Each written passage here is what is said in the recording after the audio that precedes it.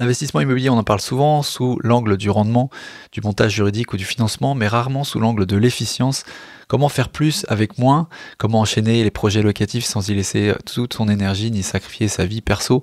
C'est exactement ce qu'on va explorer aujourd'hui avec Joris Crouzil, investisseur immobilier et marchand de biens, fondateur de Meraxia, un écosystème d'accompagnement pour investisseurs immobiliers. En 5 ans, Joris a réalisé plus de 55 opérations tout en mettant en place des process qui lui permettent de gérer ses projets à distance sans charge mentale inutile.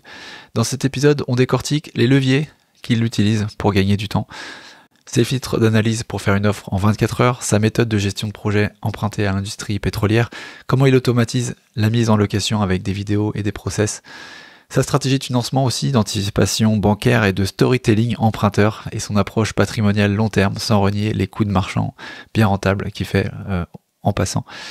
C'est un épisode très dense, très pratico-pratique, qui devrait clairement t'aider à sortir de ta gestion bricolée pour passer à une démarche plus pro, plus efficiente.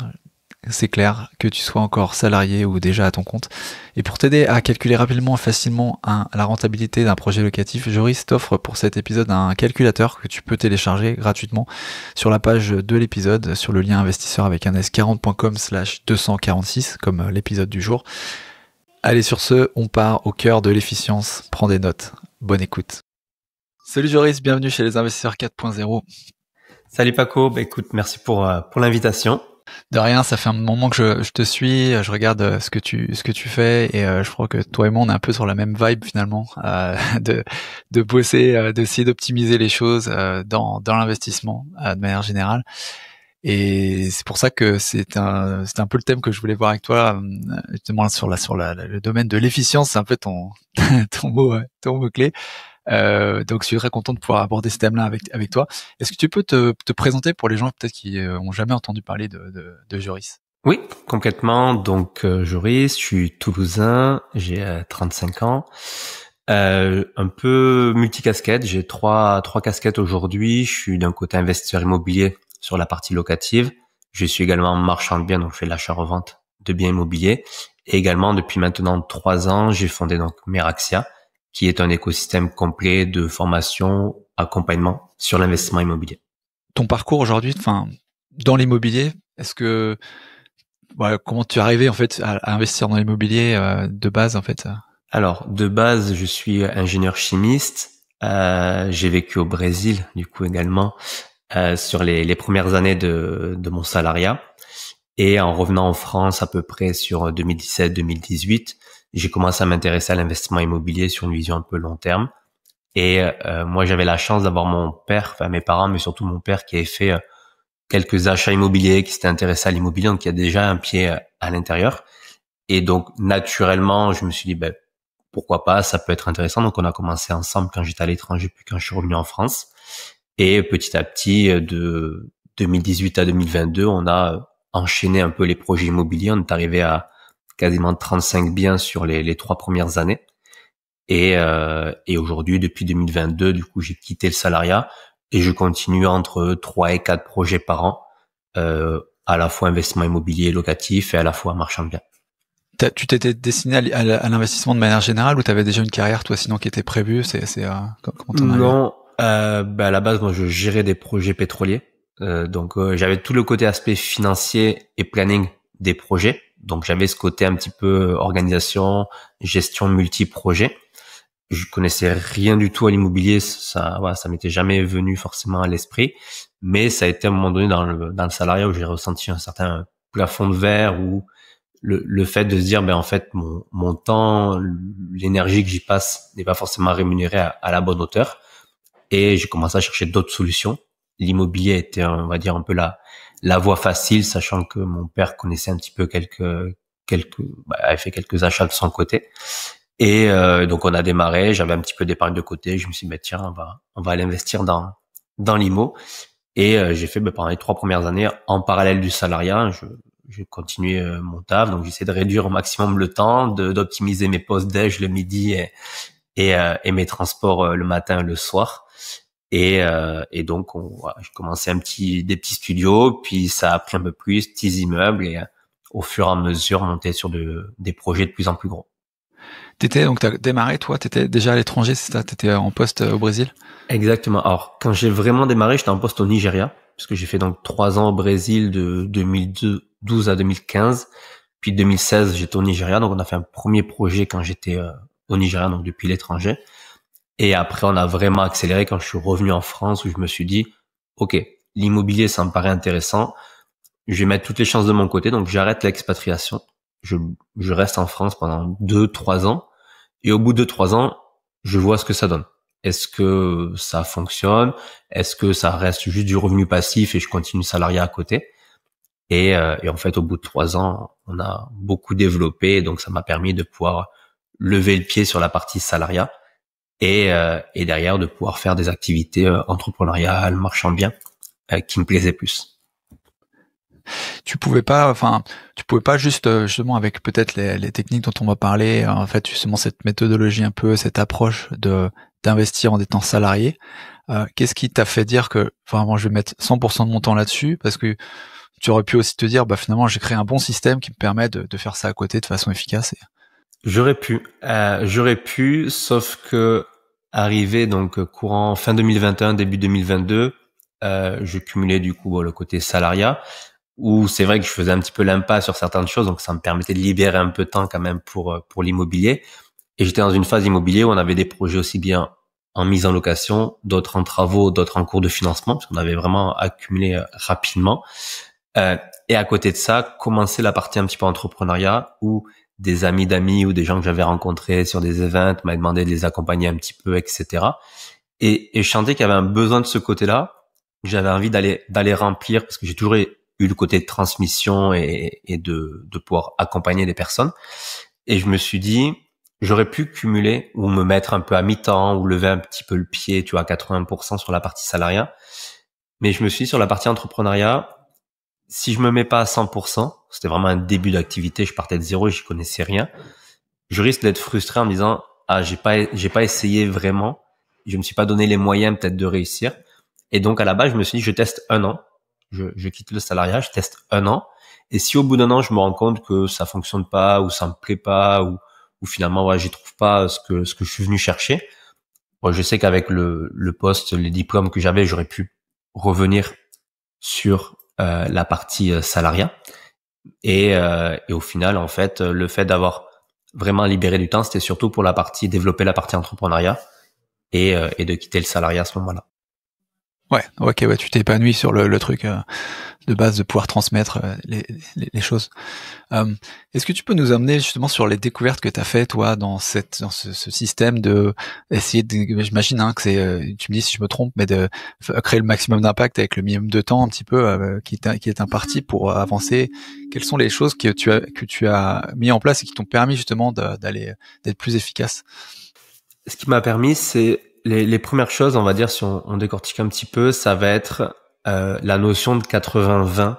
C'est-à-dire qu'en fait, j'ai seulement besoin des fois de 80% des infos pour avancer et passer à l'action. Et donc, de pas vouloir, moi, j'ai souvent un esprit un peu perfectionniste et de vouloir aller au bout des choses, etc. Sauf que, je prends l'exemple, par exemple, sur l'analyse d'un bien, je voulais avoir peut-être toutes les infos avant de faire une offre d'achat. Mais des fois, le temps de recevoir toutes les infos, le bien, s'il était intéressant, il partait. Donc, je me suis mis des sortes de filtres, des sortes de tableaux d'analyse en disant, si j'ai juste ce minimum d'infos-là, ça me suffit pour prendre ma décision, faire mon offre d'achat. Et le reste, de toute façon, jusqu'au compromis, je peux encore finaliser mon analyse. Donc, ça a été vraiment d'éliminer les 20% de surplus, entre guillemets, qui n'étaient pas nécessaires tout de suite pour prendre des décisions. Pareil pour la partie travaux, pareil pour la partie gestion locative, etc. Donc, il y a eu cette première notion et une deuxième qui était la notion d'anticipation. Mais l'anticipation, c'est dire, notamment pour la partie travaux, tout ce qui va être les commandes de matériaux, tout ce qui va être de bien cadrer le projet avant de le démarrer, etc. Et ça, en fait, ça a été le fait de faire des premiers projets, d'utiliser ces retours d'expérience de ces projets pour derrière créer des process en disant, par exemple, même pour la gestion locative, aujourd'hui, on a des process où quand il y a un locataire qui part, automatiquement, on a déjà l'annonce qui est prête, les photos qui sont prêtes, on a juste à le mettre sur le bon coin. On a une personne sur place qui fait les visites. On a déjà des vidéos de tous les appartements, comme ça le futur locataire, avant d'aller visiter, il reçoit déjà la vidéo. Donc, on est venu en fait créer un peu ces process pour faire en sorte que une action qui devient répétitive, notamment la gestion locative, à chaque départ de locataire, c'est la même chose, nous prenne le moins de temps possible.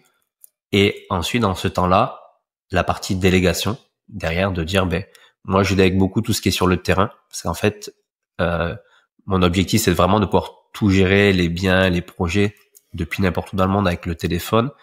Et ce qui prend le plus d'énergie souvent, c'est les déplacements. On va sur place, on se rend compte qu'on n'a pas le temps de tout faire, donc on doit revenir une deuxième fois sur place.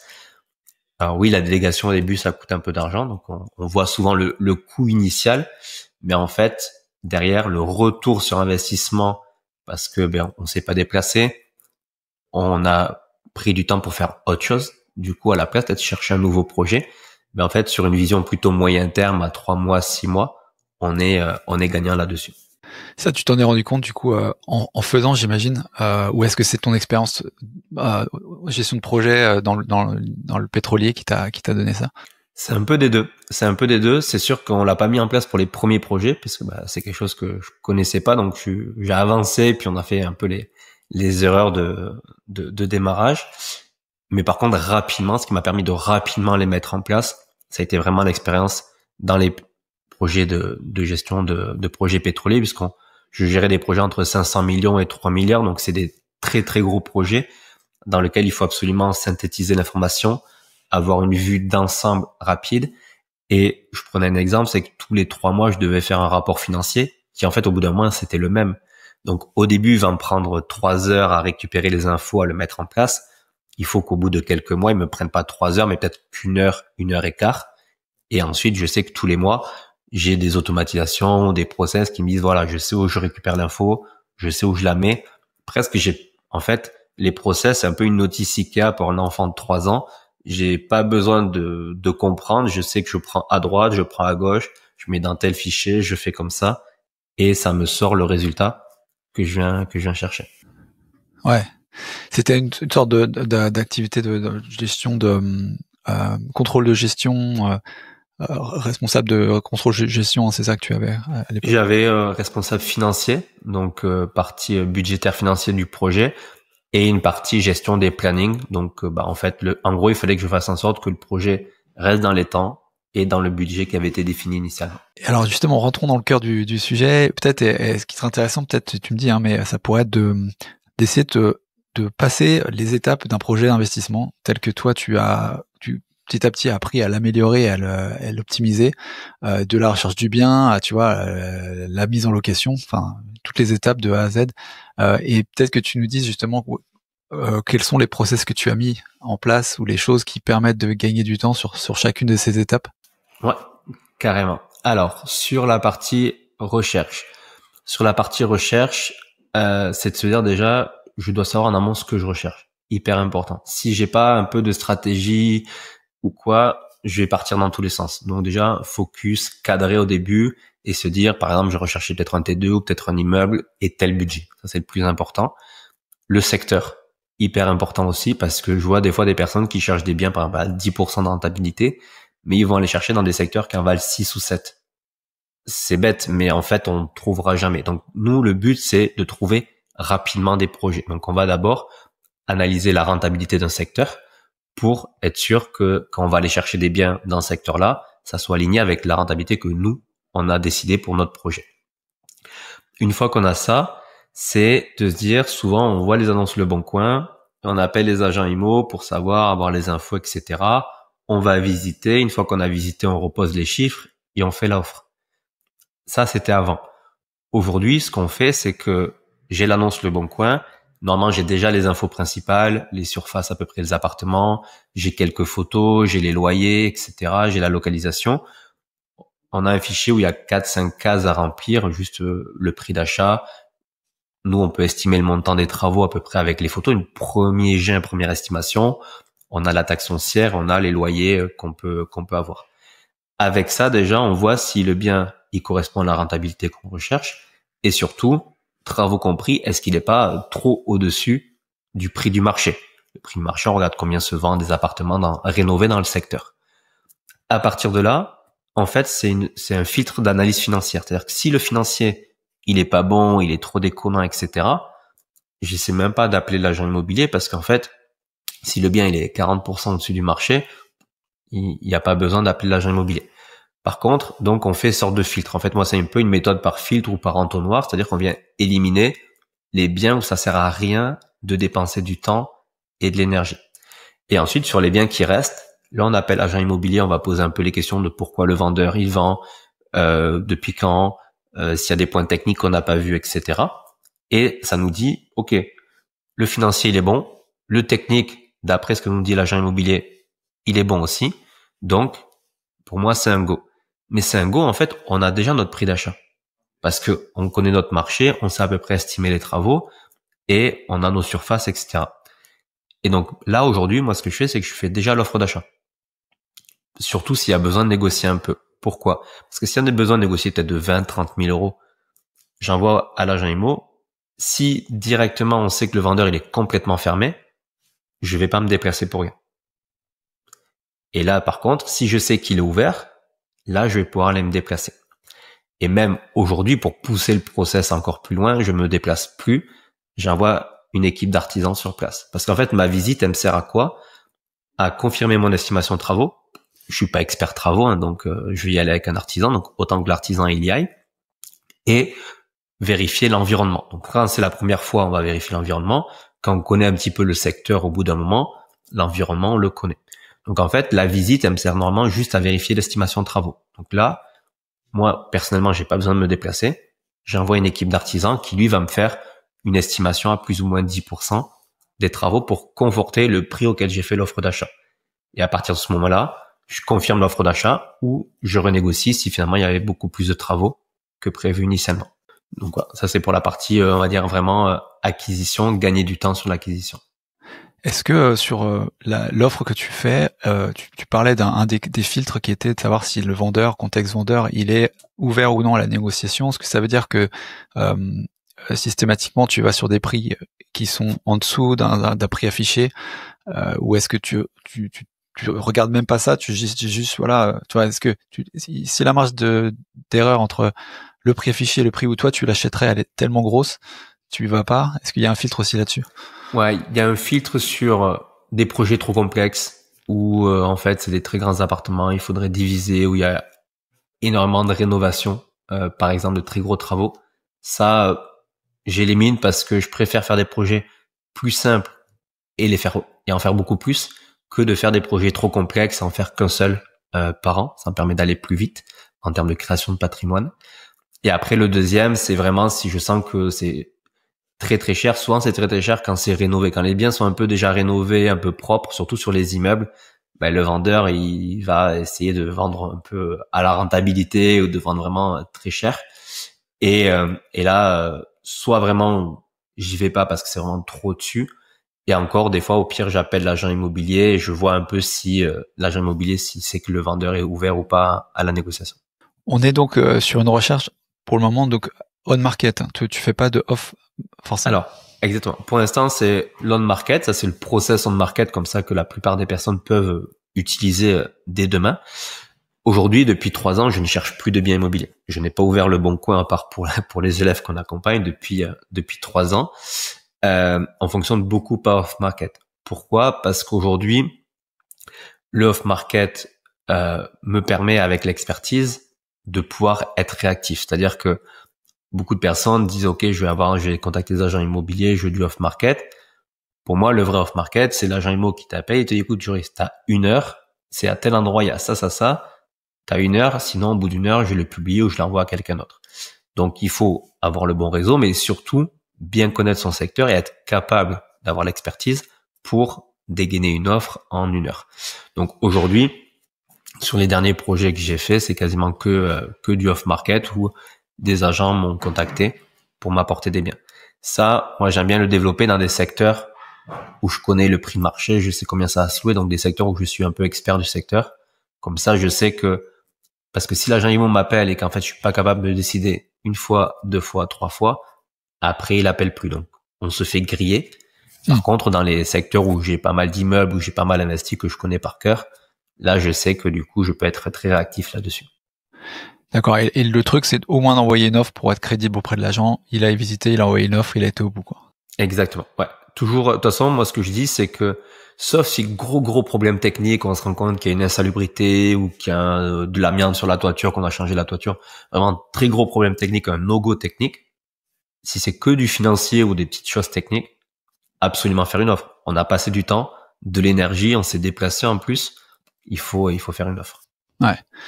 Et sur la partie travaux, tu fais des travaux, enfin j'ai l'impression aussi que tu te distances un peu de l'émotionnel en allant sur le financier. Tu vas pas visiter toi-même, tu fais passer ton artisan, il va te donner un chiffre, tu vas étudier le chiffre avec la configuration, avec le prix du marché, le secteur que tu connais. Tu n'en es pas encore. J'ai l'impression que tu te détaches de l'émotionnel, c'est ça un peu l'idée? De plus en plus. De plus en plus, en fait, c'est le fait de vraiment, je fais de la gestion de projet. Pour moi, l'immobilier, c'est l'entrepreneuriat, c'est la gestion de projet. Et alors oui, sur les tout premiers, tu fais un peu les travaux toi-même, à la fin, la peinture, le parquet, et du coup, tu es attaché émotionnellement parce que tu as vu la transformation.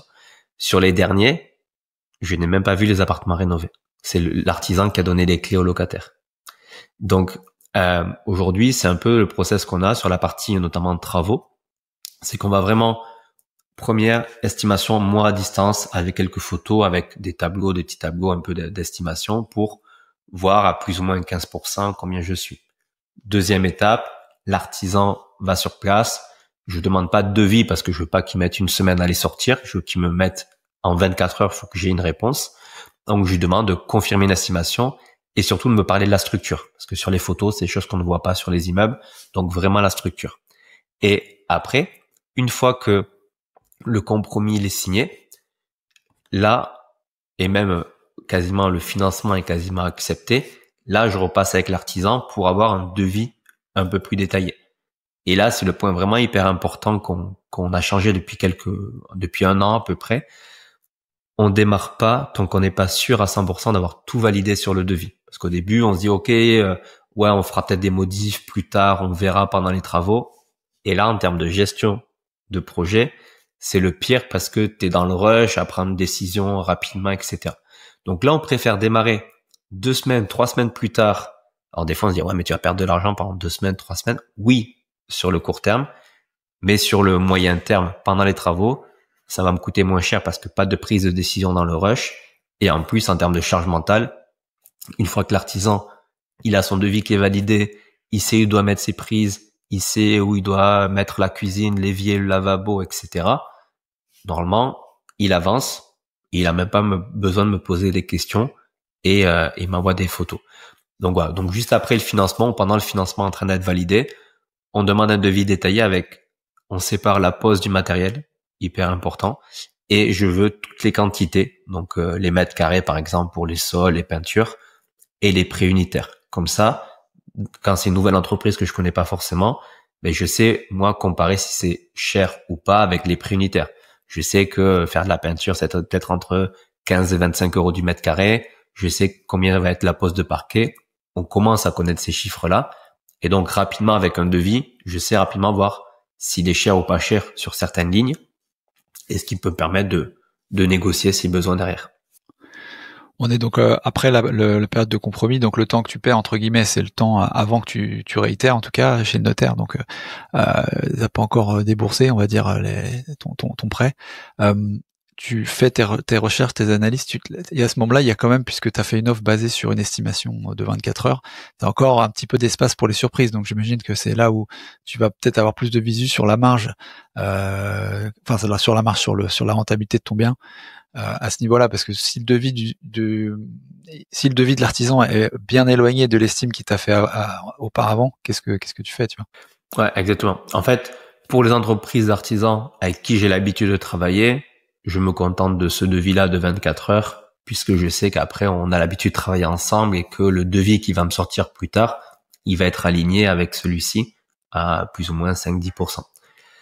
Et de toute façon, au niveau banque, je demande toujours à l'artisan d'avoir un devis un petit peu max, entre guillemets, pour être sûr que j'ai l'enveloppe travaux nécessaire si jamais, comme tu dis, on découvre certaines choses. Par contre, avec les artisans avec qui j'ai peut-être moins l'habitude de travailler ou avec qui c'est la première fois, exactement. Une fois que l'offre elle est acceptée, donc c'est-à-dire que le bien il est bloqué pour moi Et avant le compromis, souvent il y a 2-3 semaines minimum, là, on peut repasser sur place et on va aller détailler un petit peu plus le devis avec l'artisan. Ouais, ok. Sur la négo, on l'a pas avant parlé, il y a des trucs, des points d'amélioration aussi sur comment tu procèdes toi ou... Alors, sur la négo, en fait, on vient vraiment le faire en 2 volets.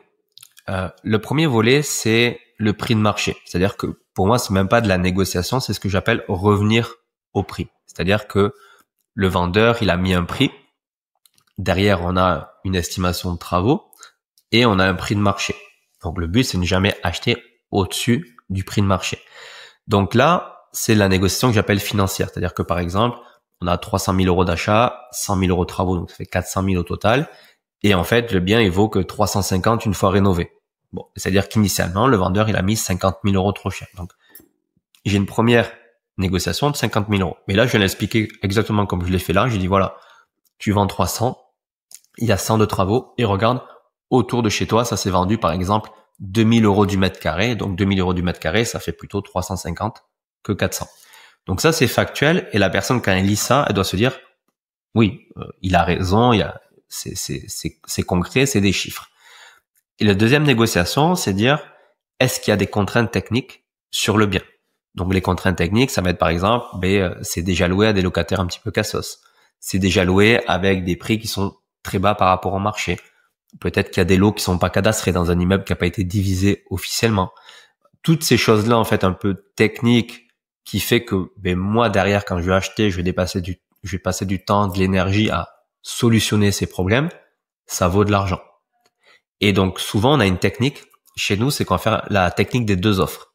C'est-à-dire que, soit je lui dis, je t'achète à 350, et par exemple, il y a un problème technique avec les locataires.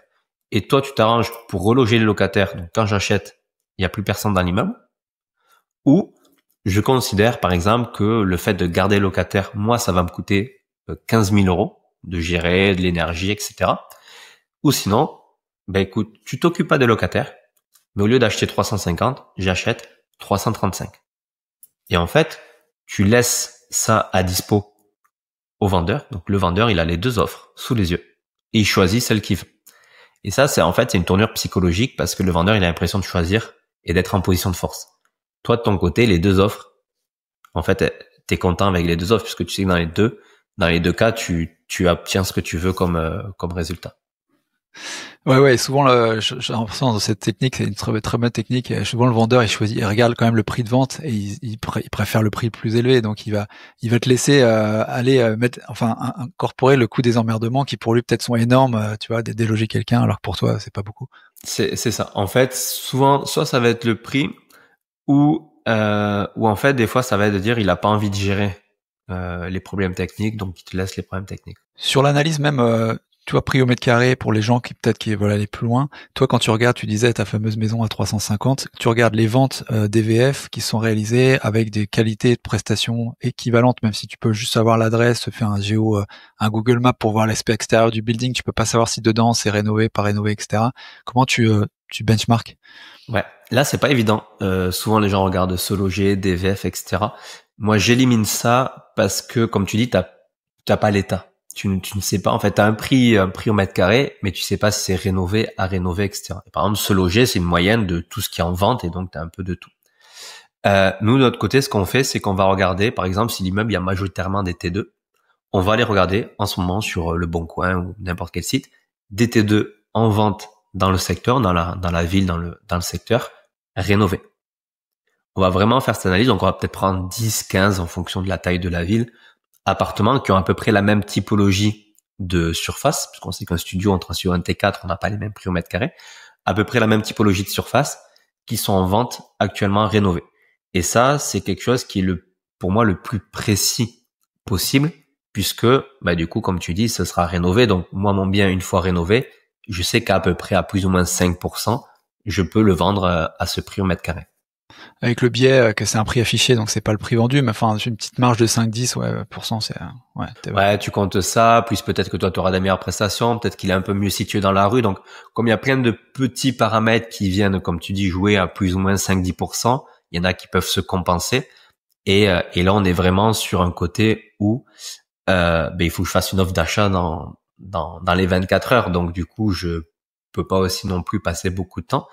Et après, c'est de se dire que même si on achète 3-4% au-dessus du marché, surtout pour du locatif, au bout d'un an, ils sont capitalisés, ces 3-4%. Donc, il vaut mieux passer à l'action en ayant acheté, on va dire, 3-4% au-dessus du marché que de dire, ah non, non, je veux surtout pas, et attendre peut-être 2 mois ou 3 mois avant de trouver un projet, un autre projet.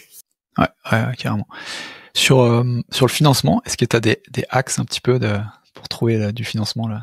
Alors, sur le financement, déjà, je comprends pas les gens qui parlent de marathon bancaire, de dire tiens, j'ai signé mon compromis. Alors je dis ça, mais en fait c'est ce que je fais aussi à chaque fois. Mais je signe mon compromis et je dis ok, maintenant il faut que j'aille chercher mon financement et je vais voir 50 banques. Là, ce qu'on fait, c'est qu'en fait, avant, comme on a cadré le projet au début, on se rappelle au début, on a dit on va chercher peut-être un immeuble à peu près tel budget dans tel secteur.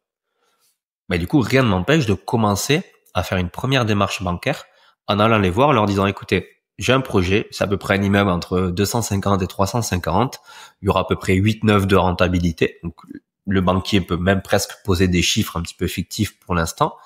Et l'idée, c'est dans ce premier rendez-vous, avec des banques qu'on ne connaît pas forcément ou nos propres banques, de avoir, est-ce que c'est plutôt un oui, plutôt un non. Si c'est un non, de savoir pourquoi, pour pouvoir le retravailler pour les rendez-vous d'après. Et l'idée, c'est de faire là le marathon bancaire quand on n'est pas dans le rush, donc peut-être si on veut 15-20 banques, et de faire un filtre. On est toujours sur une méthode de filtre, en fait, et d'entonnoir, et de dire, mais sur tous les banquiers que j'ai vus, les 15, si je peux en voir que 3, une fois que j'ai signé le compromis, lesquels je vais aller voir. Et donc, ce filtre-là, on le fait avant d'avoir même commencé à chercher le projet, ou on peut le faire en parallèle de chercher le projet, puisque il y a toujours un peu des temps d'inertie, en plus le temps de prendre rendez-vous avec les banques, etc. Et par contre, au moment où je vais signer mon compromis, là, je sais déjà mes 3-4 banquiers qui m'ont dit plus ou moins oui, après ils ont besoin de voir les chiffres, etc. du projet. Très bien. Mais au moins, j'ai déjà fait cette présélection en amont. Ça, c'est en amont. Et après, ce qu'on fait également, c'est que là, c'est plus pour les investisseurs, j'appelle un peu plus professionnels qui ont déjà peut-être 3-4 projets. Moi j'aime bien leur dire, le banquier doit dire oui avant d'avoir vu les chiffres du projet.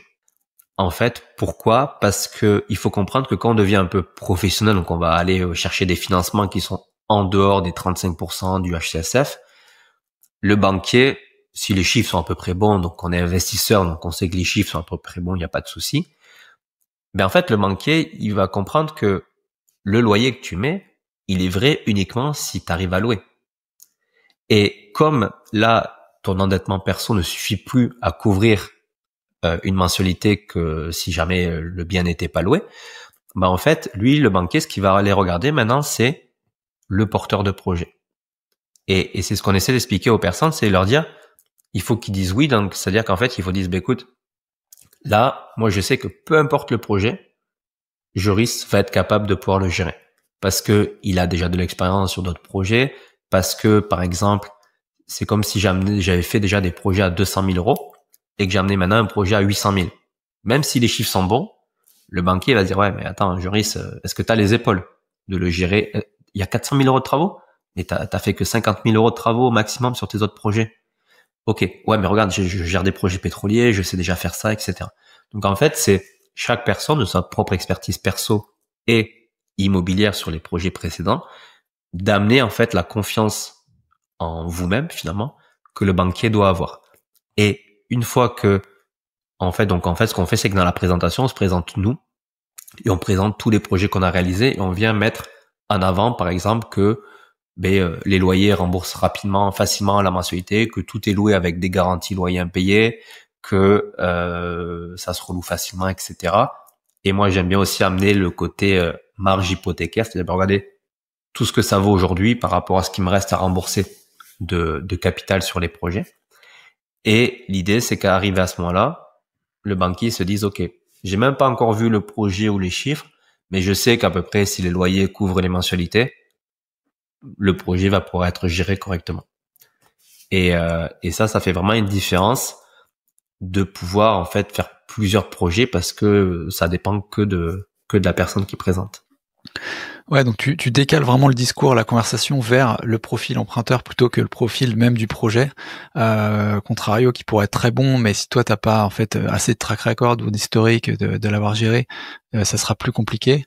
L'avantage de faire ça, j'imagine, c'est que c'est aussi duplicable parce que bah te vendre toi, finalement, c'est ce que tu conseilles là, et ce que tu fais, c'est un truc dont tu as besoin pour allier avec toi tous les partenaires, pas seulement banquiers, mais n'importe quel autre type de partenaire à tes projets.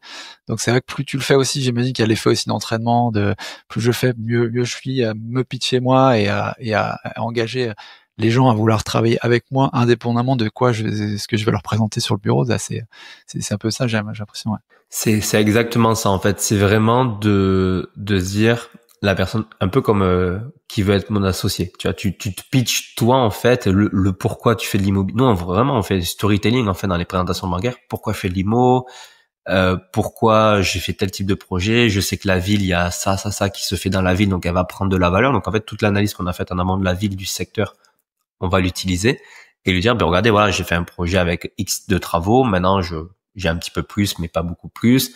Le secteur, je le connais, etc. J'ai déjà les partenaires travaux sur place. J'ai déjà analysé la tension locative. Donc, on vient vraiment rassurer sur le fait qu'on est bon gestionnaire de projet et qu'on va pouvoir l'amener au bout. Et surtout, la banque, ce qui l'intéresse, c'est dans 5 ans, 10 ans, 15 ans, puisque elle a fait un prêt sur 20 ans. Donc, c'est pas juste dans 6 mois. Ok, non, c'est assez malin et il y a toi tu fais pas appel au courtier, j'imagine, c'est pas ça ton délire. Alors, j'ai essayé en fin 2021. J'étais en train de quitter mon taf et donc du coup, j'avais un peu ce côté entrepreneuriat, IMO et salariat. Et je me suis dit bon, bah, avant de quitter, je vais essayer de monter à l'endettement max, tu vois, et de faire appel à des courtiers. Mais j'avais déjà, je pense, fait une dizaine de projets immobiliers. Donc du coup, gros dossier un peu complexe. Et en fait, je me suis rendu compte que sur des dossiers pas complexes, mais qui sont un peu gros et récents, puisque ça faisait à peine 2 ans que je faisais de l'immobilier, ben en fait, les courtiers bloquaient, ils buggaient un petit peu, ils avaient du mal à avoir les bons partenaires. Et c'est là où je me suis rendu compte que le fait de aller moi-même pitcher finalement mon storytelling et que le banquier me rencontre en direct, changeait un peu la donne. Après, on a aujourd'hui, peut-être qu'aussi j'ai pas forcément les bons contacts non plus à l'époque. Aujourd'hui, dans les gens qu'on accompagne, on travaille un peu avec, on a des courtiers avec qui on travaille et les banques en direct aussi. Moi, le courtier, je dis, il a deux intérêts. Soit quand on a une situation qui est un peu particulière, on démarre, on n'est peut-être pas en CDI tout de suite, ou on a une situation qui est un petit peu particulière et les banques, elles sont pas forcément très fans. Donc lui peut avoir le partenaire qui a l'habitude de traiter ces dossiers-là. Et le deuxième, c'est qu'on n'a pas envie de s'embêter. Ça aussi, on a des personnes qui, eux, leur zone de génie, c'est trouver des biens ou gérer les travaux. Et ils préfèrent passer du temps à enchaîner à trouver des biens plutôt qu'à les faire 3, 4 rendez-vous bancaires, à déposer le dossier, à attendre les retours. Donc, c'est aussi une solution de se dire, entre guillemets, je délègue, hein, finalement, c'est le coût de la délégation. Je délègue et je me concentre là où j'ai la zone de génie. Pour chercher aussi, je trouve des nouveaux partenaires, ça peut être bien pour une sorte de, on veut sortir de son réseau bancaire habituel, on va aller chercher peut-être d'autres gens qui nous ont pas vus avant. On peut commencer ça peut être aussi une façon de débloquer sur un projet, mais c'est vrai que je te rejoins une fois que tu as trouvé la dynamique et le bon réseau, ça a pas trop de sens de continuer avec un courtier régulièrement, quoi. Parler de délégation sur la gestion loc, euh, et un petit peu les travaux aussi. T'as un petit peu parlé des travaux, de comment tu organisais en tout cas la première visite et le premier devis.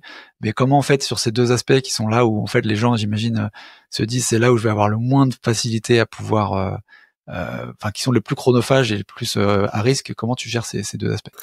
Alors, sur les travaux, comme je l'ai dit, là, on s'est rendu compte de le fait de bien cadrer au début. Donc, bien cadrer les plans. Là, vraiment, je parle de rénovation complète d'un immeuble, donc d'un appartement. Les plans, c'est que c'est le côté électricité et le côté plomberie pour les cuisines et les salles d'eau. C'est les deux choses où une fois que c'est fait, une fois que tu as le placo qui est remis dessus, tu changes plus comme tu veux. Donc ça, c'est les deux points hyper importants où une fois que c'est défini au début, il faut qu'on ait les plans bien, on change plus et l'artisan il peut avancer. Et le deuxième, c'est de dire voilà, on a ces plans, on a un devis qui est carré, qui est terminé, donc on a bien choisi les matériaux, on a bien validé la cabine de douche, etc. Et l'idée, c'est qu'une fois qu'on a signé le devis, derrière, l'artisan, lui, il avance, il a son planning, etc. Nous, ce qu'on fait, c'est qu'on fonctionne avec WhatsApp là-dessus. On fait un groupe WhatsApp avec mon père et l'équipe artisan. Et toutes les semaines, il nous envoie des vidéos le vendredi de l'appartement. Et surtout, il nous envoie une liste de ce qui va être fait la semaine d'après. Voilà, le planning la semaine d'après. Comme ça, nous, quand on reçoit la vidéo la semaine d'après, on sait par rapport au planning ce qui était prévu, ce qui a été fait, ce qui n'a pas été fait, etc. Nous, ce qu'on dit aux artisans, c'est vraiment d'avoir la communication. On sait qu'il y aura toujours du retard, c'est classique, c'est les travaux, etc. C'est pas grave, mais plus on a l'info et plus on sait où ça en est et on peut anticiper la mise en location, par exemple, derrière. Donc ça, on fait vraiment ça. Et après, il y a quelque chose que j'utilise du coup de gestion de projets pétroliers, c'est l'Earned Value Management. L'Earned Value Management, en fait, ça c'est pour la gestion financière des travaux. Parce que quel est le gros risque en termes de travaux? Une fois que ça a démarré, c'est que l'artisan, il abandonne le chantier. Soit parce que il part, soit parce qu'il a plus d'argent, il peut pas, etc. Et le risque, c'est comme on donne des acomptes aux artisans, c'est de dire, ben tiens, je vais donner 70% d'acompte, il s'en va, et en fait, je dois reprendre le chantier avec un autre artisan, sauf que l'artisan qui est parti, il avait fait que 50% du boulot. Et donc, j'ai donné 20% trop. Là, pour le récupérer, c'est mort en général. Donc, l'Earned Value Management, en fait, c'est une technique qui permet de dire, moi, je pose mon devis, travaux que j'ai en PDF, je le mets tout sur Excel, ligne par ligne, donc c'est pour ça que j'ai tout qui est détaillé. Et à chaque ligne, je sais que, par exemple, la ligne peinture de la cuisine, c'est 1000 euros. Très bien. Et donc, une fois tous les mois, par exemple, en fonction de la durée du chantier, je viens regarder où on en est dans l'avancement. Par exemple, peinture cuisine, ah, c'est bon, ça a démarré, je mets 25%. Ah, c'est bon, c'est terminé, je mets 100%. En fait, je mets juste des pourcentages à chaque ligne du devis travaux par rapport à l'avancée. Et automatiquement, ben, ça me dit, ton projet, il en est, par exemple, il va coûter 45 000 euros, il en est à 38 000 euros. OK.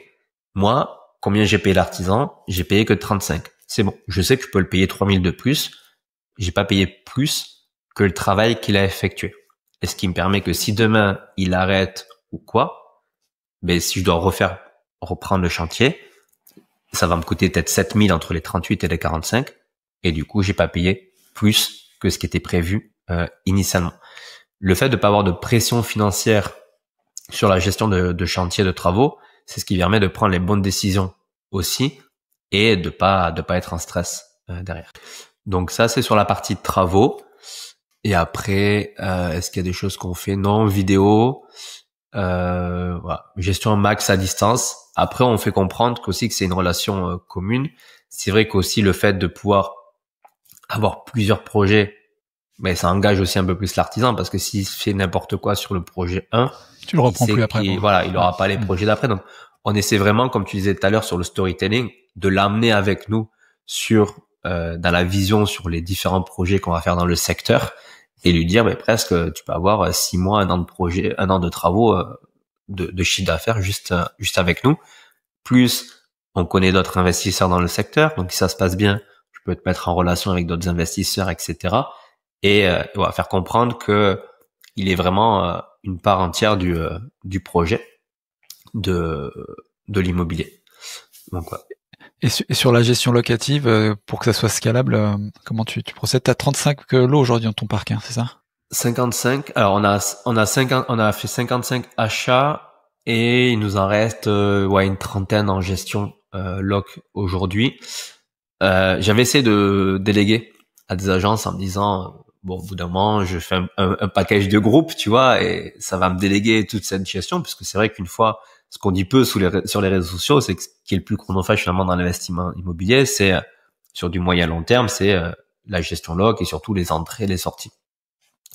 Et en fait, j'en avais testé 2, en disant je vous en donne 2 en gestion loc, et comme ça je vois comment ça se passe. En fait, les 2 me prenaient plus de charge mentale que les 28 autres qu'on avait en parallèle, parce que en fait, l'agence IMO, dès qu'ils ont pas l'info, ils t'appellent, ils posent des questions. Toi, du coup, t'as pas l'info, donc t'es obligé de les contacter, mais ils sont pas dispo le samedi, ils sont pas dispo le dimanche, ils répondent pas, etc. Donc, en fait, je me suis rendu compte que nous, ce qui était important, c'était d'avoir l'info au bon moment, du coup, de savoir où ça en était, est-ce qu'il y avait des locataires qui avaient visité ou pas, etc. Et qu'en fait, autant les gérer nous-mêmes et avoir l'info directement de notre côté. Donc aujourd'hui, par contre, ce qui prend le plus de temps, c'est souvent de faire les visites sur place. Donc là, c'est ce qu'on a rapidement délégué dès le début. On a une personne sur place qui fait les visites. Par contre, l'idée, c'est que nous, on va pas lui donner 40, 50 visites à faire par appartement. Donc notre rôle en amont, c'est de mettre les annonces, de filtrer et de lui envoyer, en gros, un peu comme que les locataires qualifiés, un peu comme dans du marketing, que les leads qualifiés, on lui envoie les personnes on a déjà validé le dossier avec Visal en général, et surtout on a envoyé une vidéo de l'appartement. Comme ça, les locataires, en fait, enfin les futurs locataires, quand ils arrivent à la visite, ils se disent pas « Ah ouais, mince, sur la photo, j'avais pas vu que la cuisine, elle était comme ça. » Non, t'as une vidéo. On a là même qui arrivent semaine prochaine qui ont pas vu l'appartement. Ils ont une vidéo. Ils arrivent d'une autre région. Ils ont dit bon ben nous on a la vidéo, on voit tout l'appartement, on réserve et on arrive directement. Et là, t'as des agences traditionnelles qui t'aident là-dessus ou t'as pris des gens que t'as formés?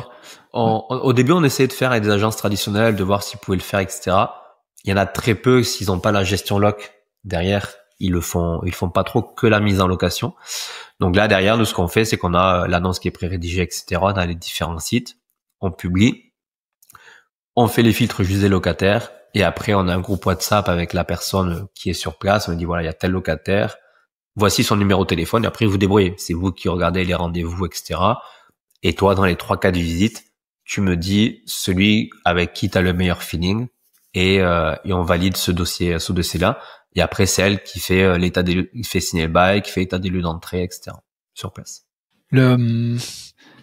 Tu parles d'efficience, c'est vraiment le truc qui t'anime. Qu'est-ce qui fait aujourd'hui que les gens, enfin les plus gros freins en fait, les plus gros, ouais, c'est ça, les freins ou les barrières à l'efficience que tu vois auprès des gens que tu accompagnes, qui les empêchent justement de se délivrer un peu de leur temps sur ces activités.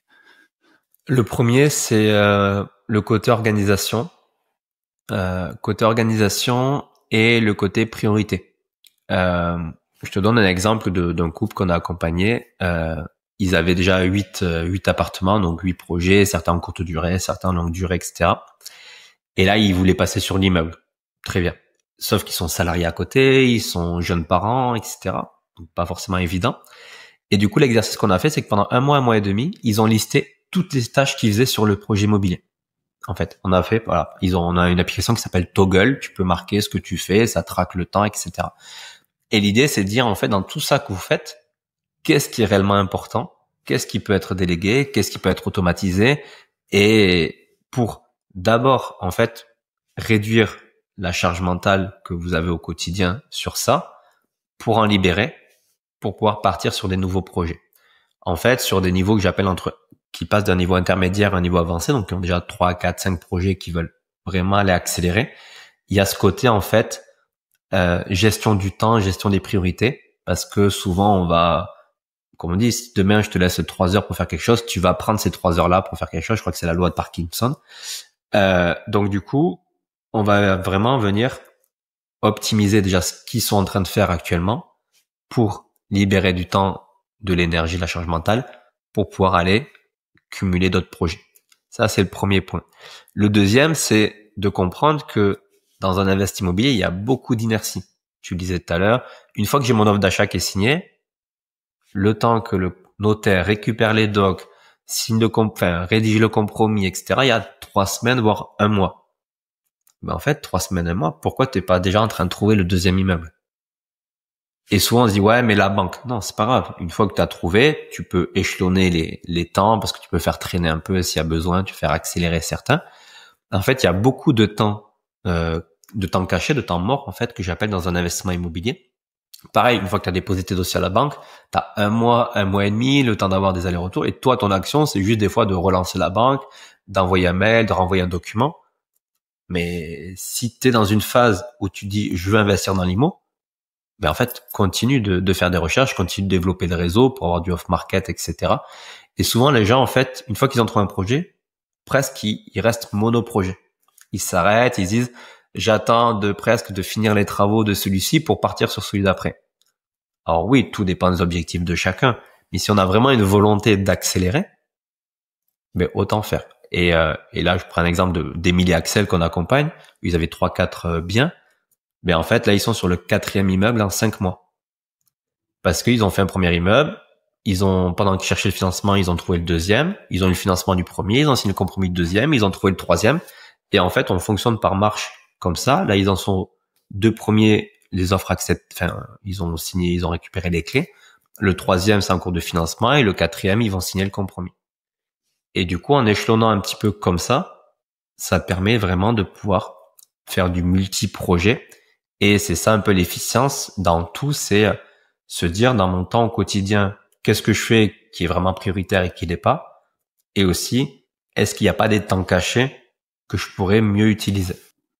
Ouais, pas avoir l'approche séquentielle, mais vraiment en parallèle, être toujours à l'affût, d'être au moins à un stade d'un moment donné sur toutes ces étapes qui constituent du début à la fin un projet immobilier, d'avoir toujours quelque chose à faire sur une de ces étapes.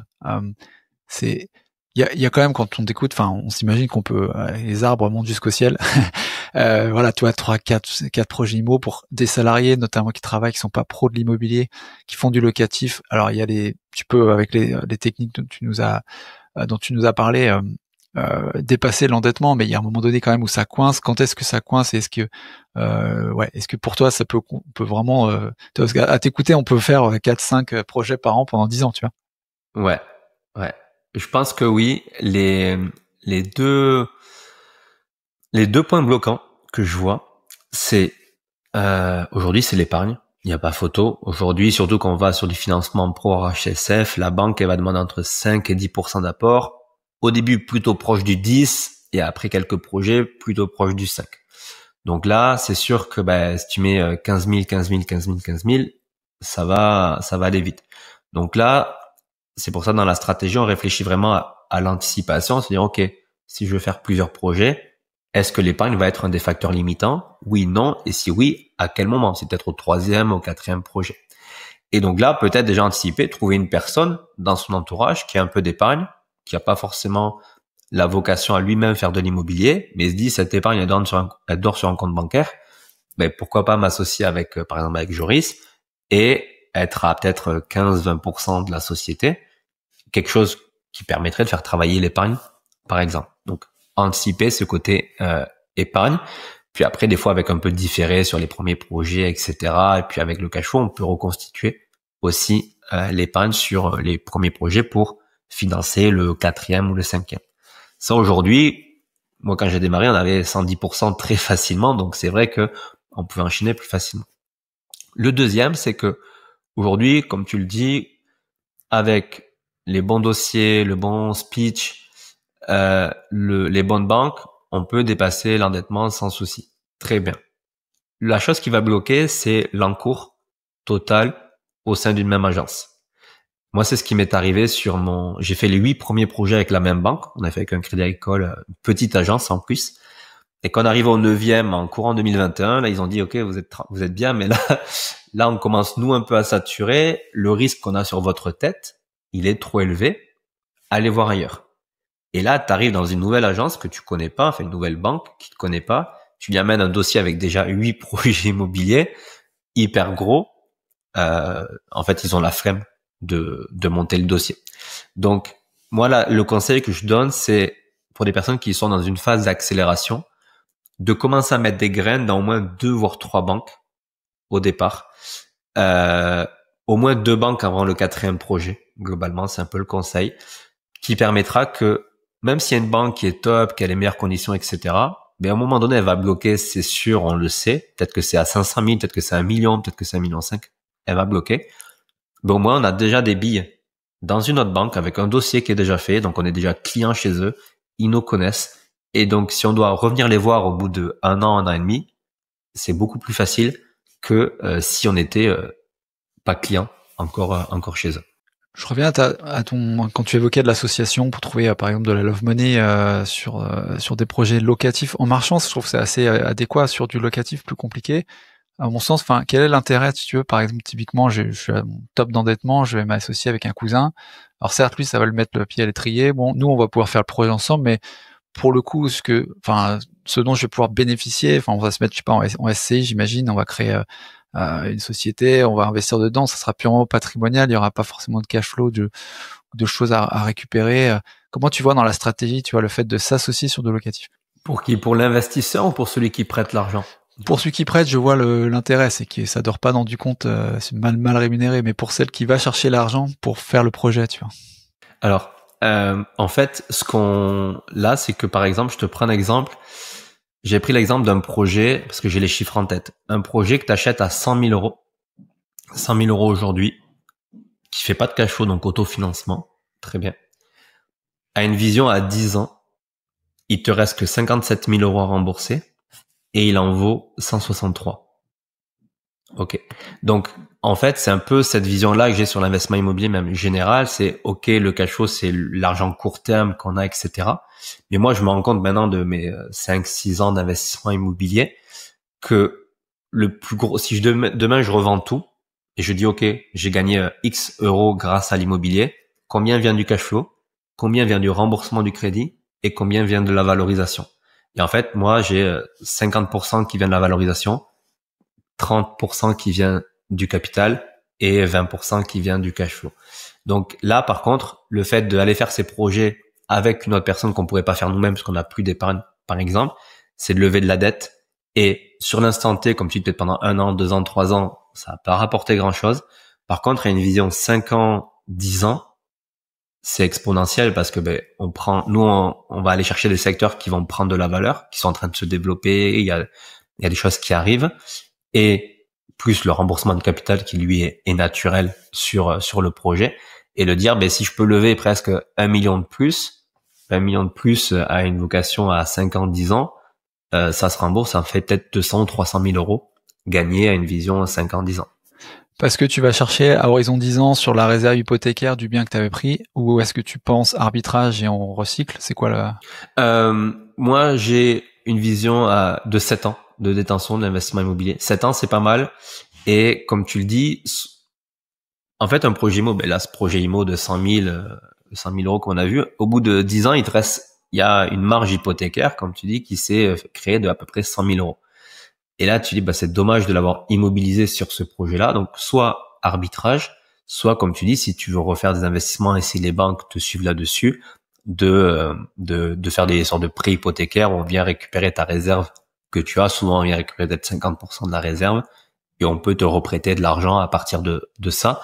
Mais pour moi, c'est ça la plus grosse valeur de l'investissement immobilier, parce que pour moi, l'immobilier locatif, c'est de la capitalisation. Souvent, les gens l'ont trop vu à cause des réseaux sociaux comme la création d'argent immédiat.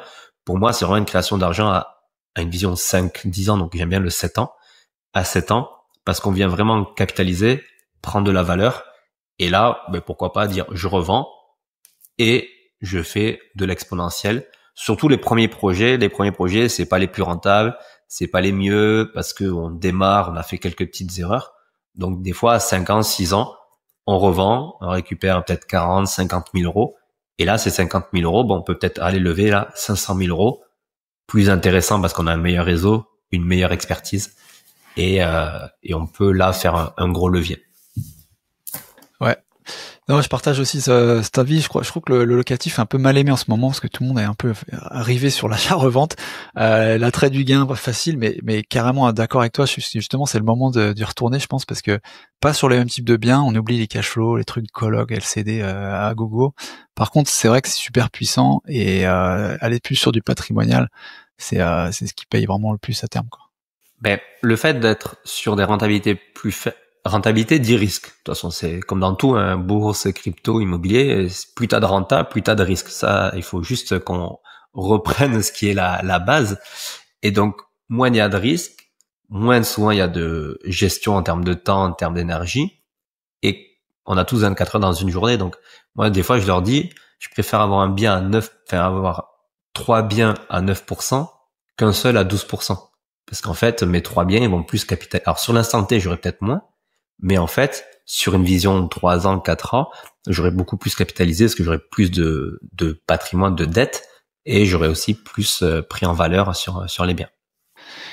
C'est quoi ta réflexion par rapport à l'activité marchande que tu exerces aussi, justement, et avec ça, et le locatif, est-ce que tu fais Est-ce que tu gardes par exemple des biens typiquement qui peuvent être en locatif qui sont pas forcément faisables en marchand? Et je pense notamment, tu vois, je trouve un truc qui est assez malin, c'est sur des immeubles où tu as des apparts qui peuvent pas se libérer, au lieu de se dire bah je vais galérer à les expulser les gens, bah je le garde tant que ça dure et puis c'est rentable.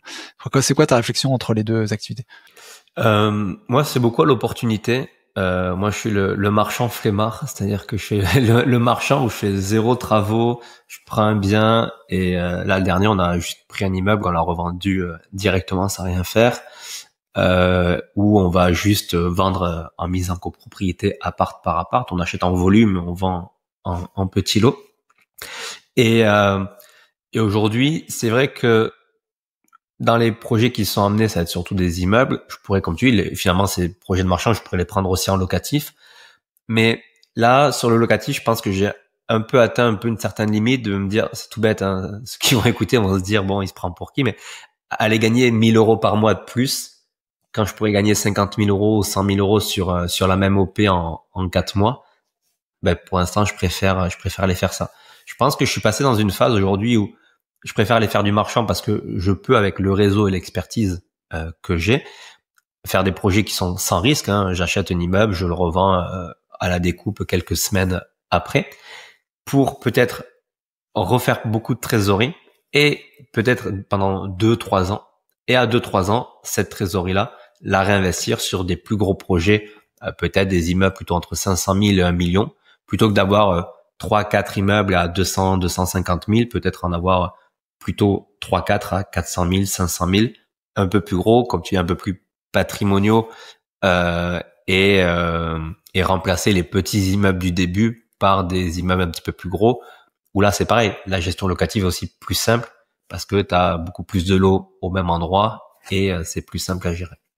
Je voulais terminer la conversation. Tu m'as suscité mon intérêt sur deux aspects là quand on a préparé cette conversation. C'était la contournement, je sais pas, c'est peut-être un grand mot, mais en tout cas, comment adresser la problématique de la loi Aurillac et l'exode de fiscalité de plus-value hors résidence principale. Euh, J'aimerais bien, je suis curieux de savoir, toi, ce que tu veux dire par là. Alors, ben, la loi Aurillac, je l'ai contournée sur un dernier projet marchand. Donc, pour expliquer rapidement ce qu'est la loi Aurillac, en fait, c'est quand vous achetez un immeuble, un bien qui est en monopropriété, donc un immeuble, qui a plus, je veux dire la partie basique, qui a plus de 5 lots. Si vous achetez un immeuble qui a plus de 5 lots, en fait, quand vous achetez, ça donne automatiquement un droit de préemption au locataire. C'est-à-dire que le locataire peut dire, moi j'achète mon appartement là-dessus. Bien évidemment, vous comprenez que quand vous signez ça, le notaire il va pas accepter, puisque si le locataire achète son appartement, il va se retrouver en copropriété avec le vendeur et c'est pas du tout ce que le vendeur voulait. Donc, pour entre guillemets faire sauter, on va dire, la loi Aurillac et le droit de préemption, l'acheteur doit s'engager à prolonger les baux de 6 ans. Alors, prolonger, c'est-à-dire que j'achète par exemple le 1er janvier 2025, je dois avoir des baux qui vont courir jusqu'au 1er janvier 2031. Et je peux pas donner donc de congé au locataire pendant 6 ans, quand on est sur des baux nus, hein, parce que souvent on achète sur des baux nus. Donc ça, c'est la base de la loi Aurillac. Donc là, j'ai acheté un immeuble où il y avait 11 ou 12 appartements, et quand j'ai signé le compromis, j'étais soumis à la loi Aurillac puisqu'il y avait 9 locataires. Donc on m'a dit, si vous achetez dans cet état-là, je dois prolonger les baux pendant 6 ans. Moi, mon but, c'est de revendre à la découpe ou revendre complet. Et surtout, l'intérêt de ce projet-là, c'était qu'il n'y ait pas de locataires pour que les acheteurs puissent faire les travaux comme ils voulaient et être tranquilles. Et donc, comment on a réussi à sortir de la loi Aurillac, c'est que la vraie loi, c'est qu'il faut pas qu'il y ait plus de 5 lots décents ou loués. Donc, tout ce qui est loué, même si c'est pas décent, c'est considéré comme décent. Et donc, en gros, il fallait qu'on ait, nous, plusieurs lots qui soient pas loués et qu'on prouve qu'ils ne soient pas décents. Donc, en fait, première étape qu'on a fait, donc je me suis associé avec l'agent immobilier sur place qui m'a amené le projet parce que lui était sur le terrain. Donc, moi, l'immeuble, je l'ai vu une seule fois la veille du compromis, c'est tout. Et lui, sur place, son rôle, ça avait été de discuter avec les locataires, on les a aidés à se reloger, on leur a donné des indemnités d'éviction, etc. Et entre le compromis et la signature définitive, on est passé de 9 locataires à 4 locataires. Donc, on est descendu en dessous des 6 logements loués. Très bien. Et après, pour le reste, en fait, on a plusieurs photos, on a des vidéos, des états des logements qui montrent qu'il n'y avait pas de VMC, qu'il y avait tout à rénover, on a des devis travaux, etc. pour montrer que le reste des logements, ils sont, entre guillemets, non décents. Et du coup, au moment où on a signé la réitération authentique, on a pu faire, entre guillemets, sauter la loi Aurillac, pas avoir d'engagement de baux de 6 ans, parce que l'immeuble ne respectait pas ces conditions-là. T'avais pas forcément besoin pour les 4 restants de montrer qu'ils étaient pas dans une situation terrible ou pas forcément décents. Les 4 qui étaient loués, il Ouais. n'y avait pas besoin. Par contre, les autres, oui, parce qu'en fait, il fallait montrer qu'il y avait moins de 5 logements loués ou décents. Et donc, il fallait montrer que ceux qui n'étaient pas loués n'étaient pas décents. Donc si t'as 4 logements loués seulement, mais que les autres sont décents, sont en bonne qualité, tu t'es dans la même contrainte que de la Aurillac. Ouais. Exactement. Après, peut-être à toi de les rendre non décents. Tu vois, je réfléchis en parallèle, je te le dis, toi les rendre non décents. Et après, les critères de décence, c'est le règlement sanitaire départemental. T'as pas de VMC, il est pas décent. Ouais, ce que je veux dire, un DPEG, c'est te mettre dedans, quoi. Exactement. Un DPEG aujourd'hui te met dedans. T'as pas de VMC, il te manque une petite barrière au niveau des fenêtres parce que un enfant peut passer par-dessus. Voilà. Il y a plein d'éléments. Donc après, il n'y a pas eu trop de jurisprudence là-dessus. Donc c'est comme dans tout juridique, hein, c'est quel niveau par rapport à la loi. Mais l'idée, c'est de montrer qu'il y a des travaux à faire dans les appartements. Après, c'est vrai que c'est un peu risqué entre guillemets, mais c'est dans l'activité marchand. Là, on n'est plus dans le locatif, on est vraiment dans l'activité marchand, donc il y a un peu plus de risques évidemment.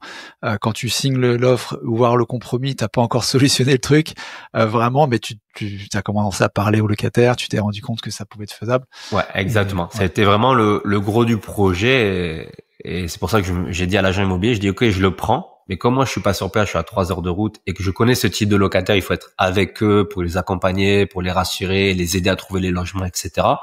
Je lui dis, je prends le bien, une seule condition, on se met ensemble et toi, tu gères la partie terrain. Et moi, je gère tout le reste, structure juridique, financier, fiscale, la revente, etc. Et donc, le fait que lui soit à côté, qu'il y passe de temps en temps, etc., ça a permis Et en fait, une fois qu'il y a un locataire qui a pris les 3 000 euros, je crois qu'on en a eu, je sais plus combien, l'indemnité d'éviction qui est partie, les autres ils ont dit ah ouais, moi aussi ça m'intéresse, et petit à petit voilà, ils ont réussi à trouver des logements qui étaient en meilleur état, qui leur correspondaient mieux, et mais il fallait juste qu'ils fassent l'effort de faire la recherche. Sur l'exo de fiscalité plus-value sur la hors résidence principale, comment tu vois ça? Donc ça, c'est une deuxième loi. Donc moi, j'adore connaître un petit peu toutes les lois juridiques et fiscales qui existent, bien tout connaître pour se dire si j'ai besoin de l'utiliser, je sais comment elle fonctionne. Donc là, c'est souvent, parce que ça, je t'en ai parlé parce que j'ai beaucoup de personnes qui me disent ouais, moi j'ai commencé par un achat-revente en résidence principale et comme ça, je fais un peu de trésorerie et après en fait, je leur dis oui, très bien, mais tu sais que tu peux aussi le faire sans que ça soit ta résidence principale. Et ça, souvent, c'est peu connu. Donc, c'est une loi qui est, vous regardez le BOFIP, le bulletin officiel des finances publiques, vous avez vraiment tout le détail, qui dit que tu as le droit de revendre un bien, donc tu es déjà propriétaire d'un bien, plusieurs, qui n'est pas ta résidence principale, donc une résidence locative ou une résidence secondaire, et tu peux demander à être exonéré de la taxe sur la plus-value, or que c'est pas ta RP. Mais, bien évidemment, il y a 2 conditions. La première condition, c'est que sur les 4 dernières années, tu n'es pas été propriétaire de ta résidence principale. Donc, si tu l'es aujourd'hui, ça fonctionne pas. Par contre, si tu n'es pas propriétaire de ta résidence principale depuis les 4 dernières années, tu peux demander l'exonération. Première condition. Deuxième condition, c'est que une fois que tu as vendu, tu as 2 ans pour acheter une résidence principale. En gros, c'est quoi la règle? C'est que le fisc ou le gouvernement s'est dit on veut favoriser les gens à être propriétaires de leur résidence principale. Donc, tu as peut-être un bien résidence secondaire ou locatif que tu as peut-être même hérité, qui du coup, tu vas le vendre pour que l'argent que tu dégages de la vente, tu puisses le réutiliser dans l'achat et devenir propriétaire de ta résidence principale.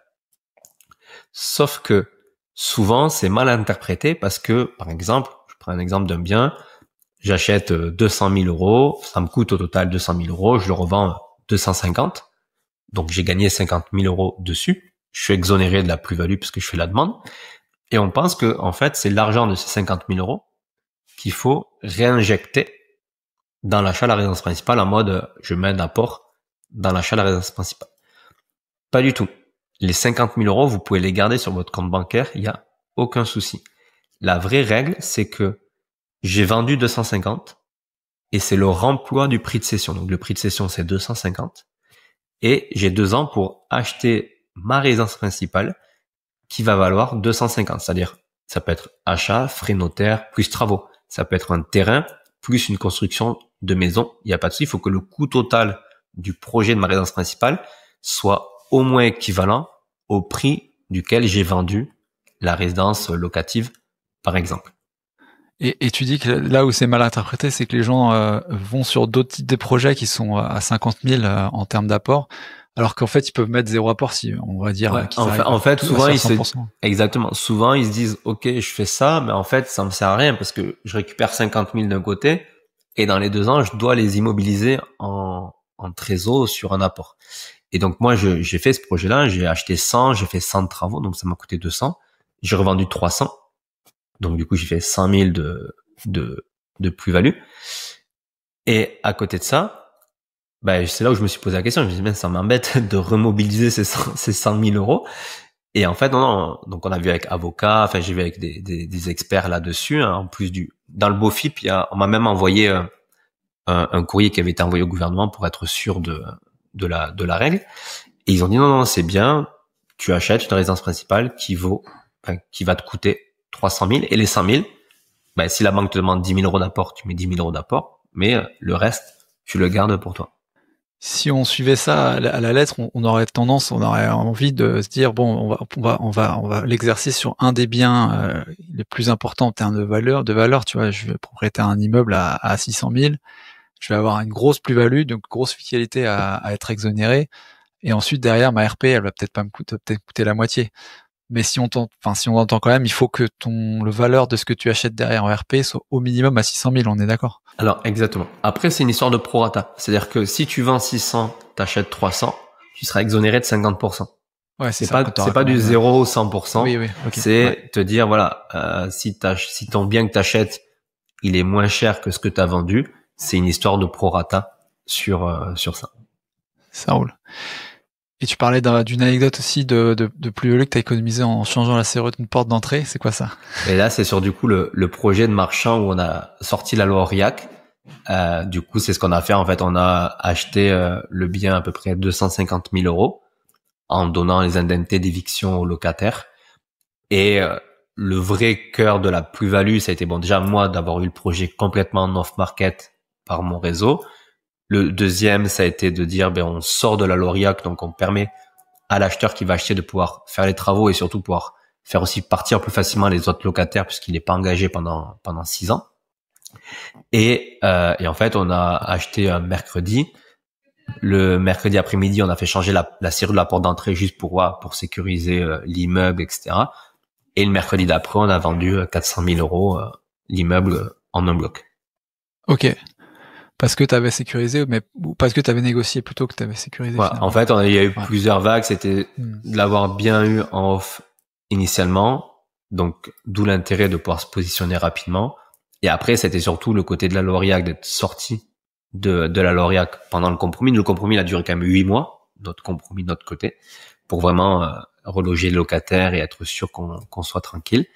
Et au moment où on a décidé de réitérer, d'acheter définitivement, on avait déjà, à la base, on voulait faire une mise en copro et vendre appart par appart. Et j'ai testé de le vendre via mes réseaux, parce que du coup, j'ai pas mal de réseaux d'investisseurs un petit peu partout en France. Et là, il y avait une personne que je connaissais qui avait un gros budget, qui voulait acheter un immeuble tout rénové, gardé en locatif.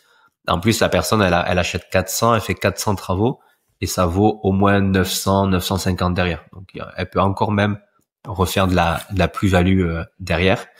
Et là, la personne va pouvoir tout rénover et louer en location classique derrière. Pour terminer la conversation, je suis obligé de parler des outils parce que j'imagine que tu en as pas mal à nous partager. Et notamment, on n'a pas parlé d'IA, mais c'est peut-être dans cette partie aussi qu'on peut l'adresser. Tu vois, si tu as des outils à nous indiquer que toi tu utilises, que tu trouves particulièrement performants. Alors, dans les outils, moi, ce que je trouve hyper important, c'est vraiment d'avoir un outil, une destination. On va utiliser alors WhatsApp ou Slack, ça dépend, pour un outil de communication. Donc là, c'est vraiment l'instantané, c'est de l'info qu'on a besoin en urgence, etc. sur ça. Ensuite, on va utiliser Google Drive, toute la suite Google Drive, du coup, pour uniquement stocker les documents. Hyper important, c'est stocker tous les contrats, tous les documents, etc. Et on va utiliser du coup aujourd'hui Notion pour vraiment le mode gestion de projet où on a toutes les tâches, tous les projets. Et c'est aussi là où on va stocker l'information long terme. C'est-à-dire, par exemple, les annonces qu'on met sur les appartements, etc. Ben en fait, qu'on va remettre à chaque fois sur le bon coin, on a l'annonce qui est pré-rédigée, qui est déjà écrite sur Notion. Et comme ça, on a le projet, par exemple, mise en loc, appartement 3. On va là-dessus et on a toutes les infos qui sont directement dessus. Donc, on va vraiment se concentrer sur ces 3 outils qui nous permettent à la fois de pouvoir gérer les projets en multitâches, en multi-projets et surtout avec plusieurs personnes en même temps. Et après, stocker tous les documents au même endroit et la partie communication WhatsApp ou Slack pour l'échange instantané. L'IA, tu l'utilises comment aujourd'hui dans ton process? Alors, l'IA, on va commencer à l'utiliser avec un outil qui s'appelle Plaud, P-L-A-U-D, qui est un outil qui peut avoir une forme soit collier, soit petite tablette, qui retranscrit. Donc, en fait, quand on parle, ça va retranscrire, mais surtout avec l'intelligence artificielle, ça va faire un résumé de ce qui a été dit. Donc, moi, je me l'utilise beaucoup pour les réunions d'équipe, etc. Là, ce qui va être intéressant de le faire, c'est qu'on peut aussi le mettre sur son téléphone. Et donc, sur une conversation téléphonique, il va pouvoir te faire un résumé. Et tu as plusieurs types de résumés. Tu peux avoir un résumé en mode liste d'actions à faire, un résumé compte rendu de réunion, etc. Et là, ce qui est intéressant sur ça, c'est que du coup, tu appelles un agent immobilier, t'as pas de quoi noter ou quoi que ce soit, mais hop, la conversation, ça le prend, ça le retranscrit, ça te met dans tes notes et tu peux faire une automatisation pour que ça arrive dans ton projet sur Notion, par exemple. Pareil avec un artisan. Souvent, les artisans, tu dis, ah oui, en fait, il faudrait peut-être la prise, on la met plus là, on la met là. Mais des fois, comme ça n'a pas été retranscrit à l'écrit et que c'est que de l'oral, l'artisan, il fait, ah oui, mais non, mais tu me l'avais pas dit. Mais si, je te l'avais dit, rappelle-toi, je t'ai appelé. Voilà. C'est tout bête, mais c'est des petites choses où on l'a tous vécu, je pense. Et donc, d'avoir quelque chose qui automatiquement enregistre, retranscrit et classe dans les notes, ça te permet de stocker finalement l'information aussi plus facilement. Il y a ça, il y a après ChatGPT pour tout ce qui va être négociation. La négociation des fois un peu difficile, tu sais pas trop comment tourner l'angle, etc. Voilà, tout ce qui est rédaction des annonces pour améliorer les rédactions aussi des annonces, il y a pas mal d'utilisation aussi avec ChatGPT juste en direct. Ouais, au top. Où est-ce que les gens peuvent te rejoindre s'ils veulent prolonger la conversation avec toi? Aujourd'hui, c'est principalement Instagram sous le nom donc de Meraxia. Et voilà, ils peuvent écrire directement là-dessus avec plaisir. Cool. Bah écoute, merci beaucoup d'avoir ouvert un petit peu la cuisine interne de tes process avec nous. Très content de t'avoir découvert enfin, parce qu'on ça fait longtemps qu'on se croisait un petit peu sur les réseaux. Et puis à très bientôt pour de nouvelles aventures. Mais merci Paco pour l'invitation et avec grand plaisir. Salut Joris, à plus. Salut. Si tu as aimé cette conversation avec Joris, il y a 3 épisodes pratico-pratiques que je te recommande aussi dans les archives du podcast d'écouter et de voir. Les 2 épisodes qu'on a réalisés avec Guillaume Artas, 038 et 202 sur l'automatisation, la délégation de tes projets. Et puis un épisode aussi très en mode entrepreneurial, parcours aussi d'investisseurs locatifs inspirant avec Dorine et Cyril. C'était l'épisode 187 qui devrait t'aider à y voir plus clair aussi dans tes démarches, dans ton projet locatif.